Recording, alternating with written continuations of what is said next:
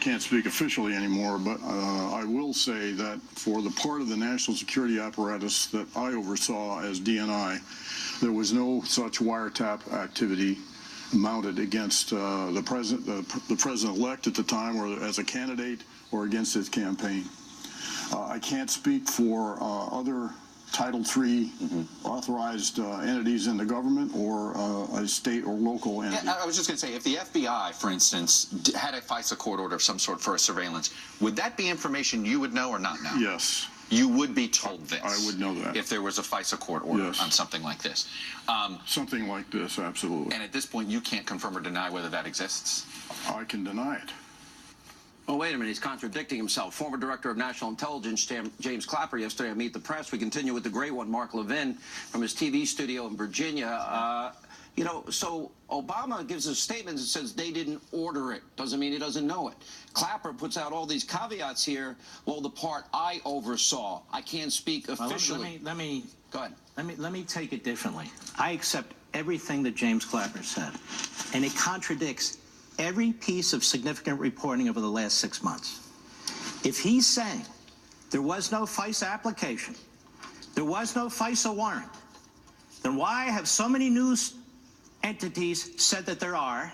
That's number one. And number two, why didn't Chuck Todd have Mr. Clapper on weeks ago, before I did my radio show, before Donald Trump tweeted? Why didn't he have him on weeks ago to disclaim that this FISA court stuff was hanging out there? Let me explain something where we are here, Sean. They're all pivoting, including the media. They were trying to present the case of overwhelming connections, overwhelming concern, overwhelming potential evidence of Trump and the campaign involved with the Russians. Now it's, wait a minute, no. Because I say these are police state tactics. Look at all this. You have no basis for all these investigations. Now they're saying, wait a minute, we didn't have a FISA warrant. We didn't do these wiretaps, eavesdropping, electronic surveillance. Now the media are completely confounded. Chuck Todd said, I got him now. I got the Trump guys now. And I'm by the way, I endorsed Cruz, just so the libs know, during the Republican primaries. And I want our president to succeed. This is about the Constitution. Well, you also voted for Trump. You told your audience. I think absolutely. That's right. So which is it? Which is it? Were there FISA warrants or not? Now, if there weren't, why didn't you report that weeks ago? If there are, some of us would like to see them. So we have a real problem right now. The media is turning on the media. We have leaks coming out that are felonies. We have stories about 6 federal departments and agencies, intelligence and law enforcement, that were investigating something, somebody, by somehow. So what's the answer? That's why we need to get to the bottom of this. Mark, I have a question. Yeah. I have a question. Go ahead. You be the host. Why all the investigations? Is there any evidence? Was there any evidence, scintilla of evidence? Hold on, I just need to finish my sentence. Was there any evidence, a scintilla of evidence at all, that Trump, his campaign advisors, and his transition team were on the take? None. Okay.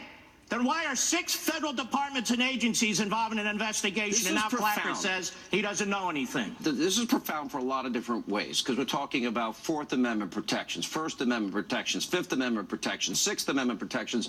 There's so many, and the question that every American needs to know. No, we're talking about police state tactics. I understand, and by an executive branch, that is potentially. True, because if they can do what they did to Michael Flynn, General Flynn, and that is here whenever they have every right to go after a Russian ambassador.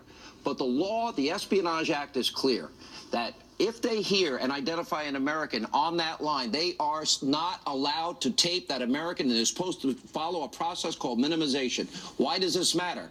Because this is unreasonable search and seizure. And if they can do it to a presidential candidate, right? Now, either they did it or they didn't.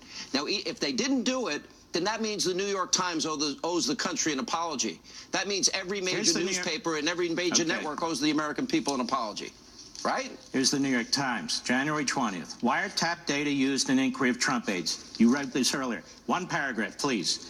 The FBI is leading the investigations, aided by the National Security Agency, the CIA, the Treasury Department's Financial Crimes Unit. More. The investigators have accelerated their effort. This is on inauguration morning, front page above the fold. The investigators have accelerated their efforts in recent weeks, but have found no conclusive evidence of wrongdoing, the official said. One official said, listen to this, intelligence reports based on some of the wiretap communications have been provided to the White House. Now, I didn't write that. You didn't write that. I asked Mr. Clapper. The FBI is leading an investigation. Did you know about that, sir? Aided by the NSA? Did you know about that, sir? And the CIA? Did you know about that, sir? And the Treasury Department? Did you know about that, sir? Did you know that that one official said intelligence reports based on some of the wiretap communications have been provided to the White House? Did you know about that? And Chuck Todd, why didn't you ask him these questions? That's my question. Why are the media so lackadaisical and not curious? You know, because you put all this together and you made such a compelling prosecutorial case here that it can't be argued intelligently because it's either one or the other. But then you get attacked by these little pipsqueaks on television. Let's go to one example.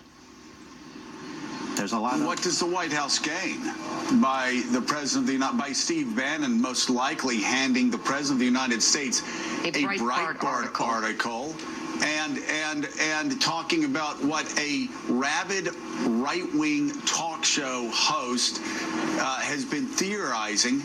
Liberal Joe is Joe's calling you a rabid right-wing host, Mark. Well, he's a chameleon, but let me just say this, Joe. Here's what I do know. You remember the movie Deliverance, the guy with the guitar on the bridge? Yeah. You remember that? Yeah. Joe's the splitting image, isn't he? Yes, he's the splitting image. Okay.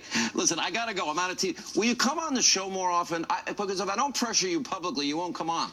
You're invited on all the time. You're one of my best friends, and you never come on the show. So tell the audience why. We got Levin TV right here, baby. CRTV. You can still come.